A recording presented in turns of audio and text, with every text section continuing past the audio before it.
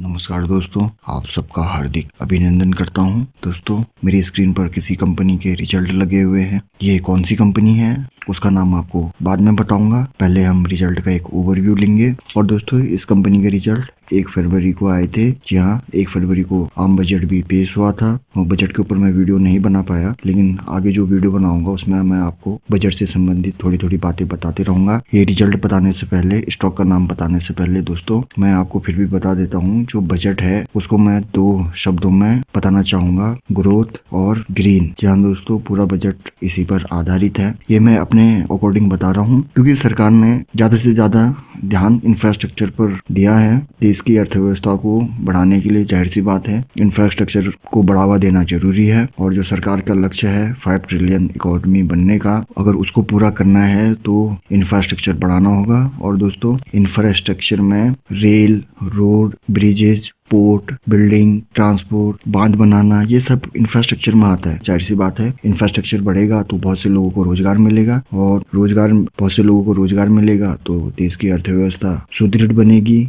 अच्छी बनेगी, अर्थव्यवस्था में तेजी आएगी। और अर्थव्यवस्था में तेजी आएगी तो शेयर मार्केट में भी तेजी आएगी। जो पिछला वीडियो बनाया था उसमें आपको बताया था बजट में किन किन सेक्टर को फायदा हो सकता है। तो मैंने सबसे पहले इंफ्रास्ट्रक्चर से संबंधित जो स्टॉक थे, यानी जो सेक्टर था रियल एस्टेट, वो बताया था। कंस्ट्रक्शन से संबंधित भी आपको स्टॉक बताए थे। तो अगर आपने वीडियो नहीं देखा है तो देख लीजिए। और जो दूसरा है दोस्तों, ग्रीन। और सरकार ने इंफ्रास्ट्रक्चर के ऊपर फोकस करने के साथ साथ क्लीन एंड ग्रीन एनर्जी के ऊपर भी फोकस किया है। उसमें आप क्लीन एंड ग्रीन एनर्जी में इलेक्ट्रिक व्हीकल को भी इंक्लूड कर लो, एथेनॉल मिक्सिंग को भी इंक्लूड कर लो। और एथेनॉल का नाम लिया है मैंने तो आजकल आप देख रहे होंगे 2020-21 में शुगर शेयरों में बहुत तेजी आई। उसका एक कारण एथेनॉल है दोस्तों। और एथेनॉल के साथ साथ सरकार ने क्लीन पब्लिक ट्रांसपोर्ट चलाने की बात कही है बजट में। सोलर एनर्जी हो गई, थर्मल एनर्जी, हाइड्रो, इनके ऊपर ऐलान किया गया है दोस्तों। तो आपने आगे भी लॉन्ग टर्म के लिए इंफ्रास्ट्रक्चर से संबंधित जितने भी शेयर है उनमें फोकस करना है। साथ ही साथ IT सेक्टर और बैंकिंग सेक्टर में भी फोकस करना है।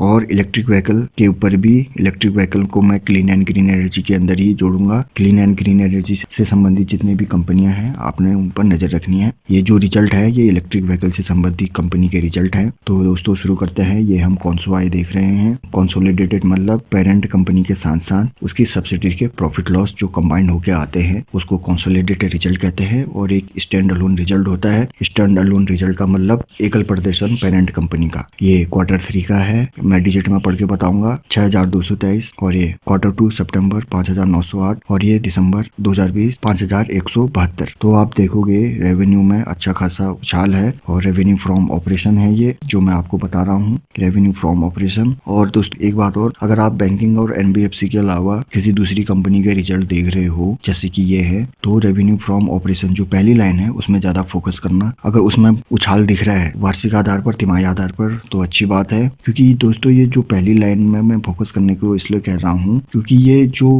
रेवेन्यू आता है वो जो इनका कोर बिजनेस सेगमेंट है उसकी आई है। आप इसमें अदर इनकम को जोड़ दें तो टोटल इनकम बनती है। इसलिए सबसे ज्यादा इस पर फोकस करना। और बैंक और NBFC के रिजल्ट देख रहे हो तो उनके लिए इंटरेस्ट इनकम के साथ साथ अदर इनकम भी मायने रखती है। तो आपने यहाँ पर देखा quarter and quarter, year on year उछाल है। अब हम इस रेवेन्यू में अदर इनकम को जोड़ देंगे तो टोटल इनकम जो टोटल आई है वो इतनी है 6309, 6019। और ये पिछले साल का 5239। तो यहाँ भी देखोगे सालाना आधार पर और तिमाही आधार पर बढ़ोतरी है। जो टोटल इनकम है उसमें से खर्चे माइनस करोगे, यानी टोटल इनकम माइनस एक्सपेंस। ये एक्सपेंस है दोस्तों। एक्सपेंस के अंदर इतनी सारी चीजें होती हैं। एम्प्लॉय की सैलरी, जो उन्होंने रॉ मटेरियल यूज किया है उसका खर्चा, और भी बहुत सारी चीजें होती है। ये टोटल एक्सपेंस ये बना है इनका 5430, 5197 और 4720 पिछले साल का खर्चा है इनका। तो अब टोटल इनकम को खर्चों से माइनस करोगे तो जो शुद्ध लाभ है, profit before tax, profit before any exceptional item जिसको बोलते हैं, वो ये है 878 अब की बार का, 821 Q2 का, और 518 दिसंबर 2020 Q3। ये भी Q3 है, ये भी Q3 है, लेकिन ये वाला पिछले साल का है और ये Q2। तो आप कंपेयर करोगे तो ईयर ऑन ईयर अच्छी खासी बढ़ोतरी है। यहाँ आप डिजिट देखोगे 518, यहाँ 878, अच्छी खासी जंप इन्होंने दिखाई है। और तिमाही आधार पर भी अच्छा प्रदर्शन किया है। आप इसमें से जो ये प्रॉफिट बिफोर टैक्स में से जितने भी टैक्स है और एक्सेप्शनल आइटम है उसको माइनस करोगे तो प्रॉफिट आफ्टर टैक्स या net profit for the period जिसको बोलते हैं वो निकल के आएगा। यह है प्रॉफिट फॉर द पीरियड यानी नेट प्रॉफिट अब की बार का 703, ये 651 Q2 का और 429 पिछले साल दिसंबर 2020 का। तो आप कंपेयर करोगे सालाना आधार पर तो अच्छी खासी जंप है, यहाँ भी जंप है और प्रॉफिट में जंप है तो जाहिर सी बात है ईपीएस में भी उछाल आया होगा। अब हम इनका ईपीएस देखेंगे। अर्निंग पर शेयर इसको निकालने का एक फॉर्मूला होता है, पीएटी से संबंधित रहता है, वो मैं आपको कभी बता दूंगा। 2.60 अब की बार का है, 2.42 Q2 का और 1.55 पिछले साल का। तो आप देखोगे ईपीएस में बढ़ोतरी है क्वार्टर एंड क्वार्टर और ईयर ऑन ईयर आधार पर। और दोस्तों यहाँ पर एक चीज ध्यान रखना, बहुत से लोग रिजल्ट डाउनलोड तो करते हैं लेकिन वो डायरेक्ट ईपीएस देखते हैं, ऐसा मत करना, क्योंकि जो मैं ऊपर बता रहा था जो पहली लाइन होती है वो मेन रहे। अगर मान लो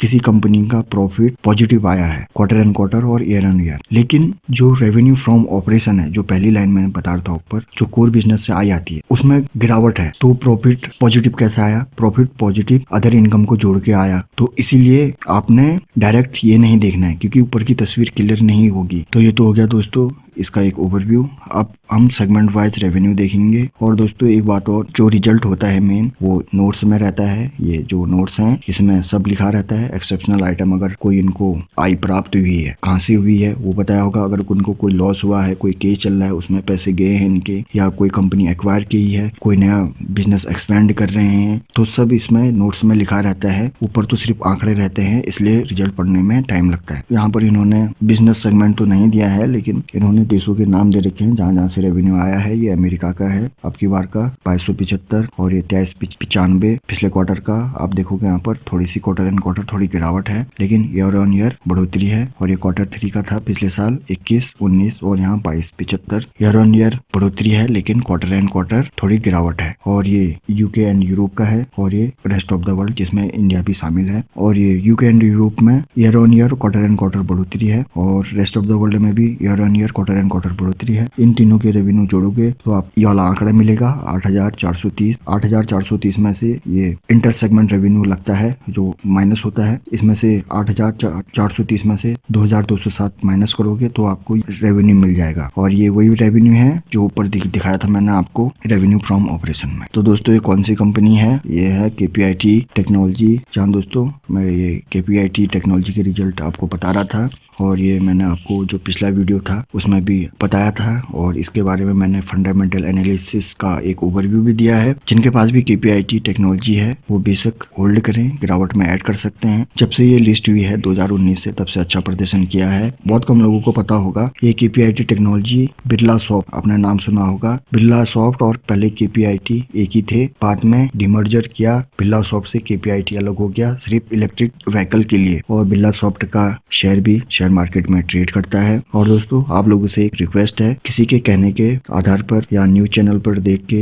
या सोशल मीडिया पर टिप्स के आधार पर और ज्यादा रिटर्न के लालच के चक्कर में कोई भी शेयर में बिना स्टडी के, बिना रिसर्च वर्क किए आप एंटर ना करें, ना ही किसी शेयर को बेचें। एक बात और, जो नए लोग हैं रातों रात करोड़पति बनने के चक्कर में अपनी भारी पूंजी, अपनी पूरी मेहनत की कमाई वो पेनी स्टॉक में लगा देते हैं। कृपया करके ऐसा ना करें। अगर आपने पेनी स्टॉक में निवेश करना ही है तो पहले इस पेनी स्टॉक को अच्छे से स्टडी कीजिए, शेयर होल्डिंग पैटर्न देखिए, कैश फ्लो देखिए, बैलेंस शीट, मैनेजमेंट देखिए, बिजनेस देखिए, प्रॉफिट लॉस देखिए, रिजल्ट देखिए, तब जाके आप जब थोड़ा आपको कॉन्फिडेंस आ जाए तब निवेश करें। और निवेश कितना करना है? बिल्कुल मिनिमम अमाउंट से शुरू करना है, वो आपकी रिस्क टेकिंग एबिलिटी के ऊपर है। और मिनिमम अमाउंट इसलिए बोल रहा हूँ पेनी स्टॉक में, ताकि कल के दिन मान लो वो कंपनी जीरो भी हो गई, आपके पैसे डूब भी गए तो आपको कोई फर्क नहीं पड़ेगा और आपको जो नुकसान होगा उसकी आप भरपाई कर सकते हो। अगर आप अपनी एक बड़ी पूंजी लगा देते हो, मान लो वो स्टॉक बेकार निकल गया, कंपनी बेकार निकल गई पेनी स्टॉक, और आपकी पूंजी डूब गई, तो उस लॉस को कैसे रिकवर करोगे? इसलिए कभी भी पेनी स्टॉक में आप निवेश करते हो पहले सबसे पहले स्टडी करो, वो सबसे जरूरी है। और उसके बाद आपने निवेश करना ही है तो अमाउंट मिनिमम रखो। और दोस्तों शेयर मार्केट में आराम से आपका पैसा बनेगा अगर आप स्टडी करोगे, थोड़ा सा रिसर्च वर्क करोगे, धैर्य रखोगे और अपने डिसीजन खुद लोगे। तो आशा करता हूँ आपको वीडियो पसंद आया होगा। आप स्वस्थ रहें, खुश रहें। बहुत बहुत धन्यवाद।